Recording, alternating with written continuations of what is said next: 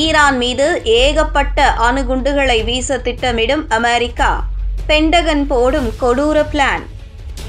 ஈரானின் அணுசக்தி நிலையத்தை முற்றிலுமாக அழிக்க 1 டஜன் அணுகுண்டுகள் தேவைப்படும் என்று அமெரிக்க பென்டகன் வட்டாரங்கள் கூறுகின்றன. அதை பயன்படுத்துவதற்கும் அமெரிக்கா அஞ்சாது என்று பென்டகன் வட்டாரங்கள் தெரிவிக்கின்றன. ஏற்கனவே ஈரான் நாட்டில் நடான்ஸ் நகரில் உள்ள முக்கிய யுரேனியம் செறிவூட்டல் தளத்தை இஸ்ரேல் தாக்கியது. இந்த தாக்குதல் அந்த தளத்தின் மேற்பரப்பை அழித்தது. மேலும் அங்குள்ள நிலத்தடி யுரேனியம் செறிவூட்டல் திறன்களுக்கும் சேதம் விளைவித்துள்ளதாக நம்பப்படுகிறது.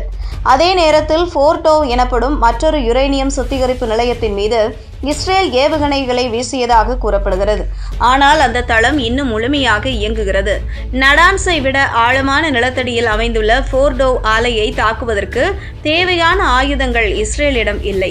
இதை அமெரிக்கா இஸ்ரேலுக்கு வழங்குமா என்பது குறித்து கேள்விகள் எழுந்துள்ளன.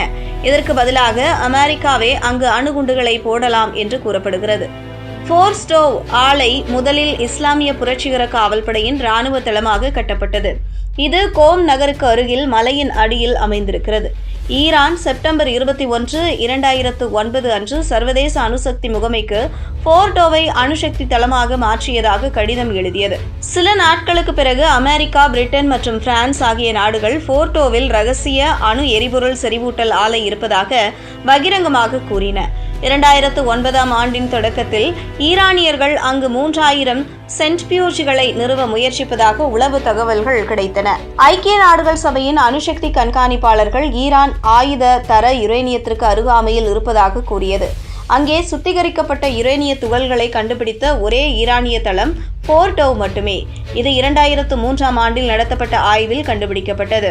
ஃபோர்டோ தளம் மொத்தம் 2976 சுழலும் சென்ட்ரிபியூஜ்களை கொண்டுள்ளது. இது நடான்ஸில் உள்ள சுமார் 50,000 சென்ட்ரிபியூஜ்களின் திறனில் ஒரு பகுதியாகும். இஸ்ரேல் வான்வெளி தாக்குதலை தொடங்கிய முதல் நாளிலேயே நடான்ஸ் தளத்தை தாக்கியது. அதே சமயம் இஸ்ரேல் ஃபோர்டோவை தாக்கியதாக கூறியது.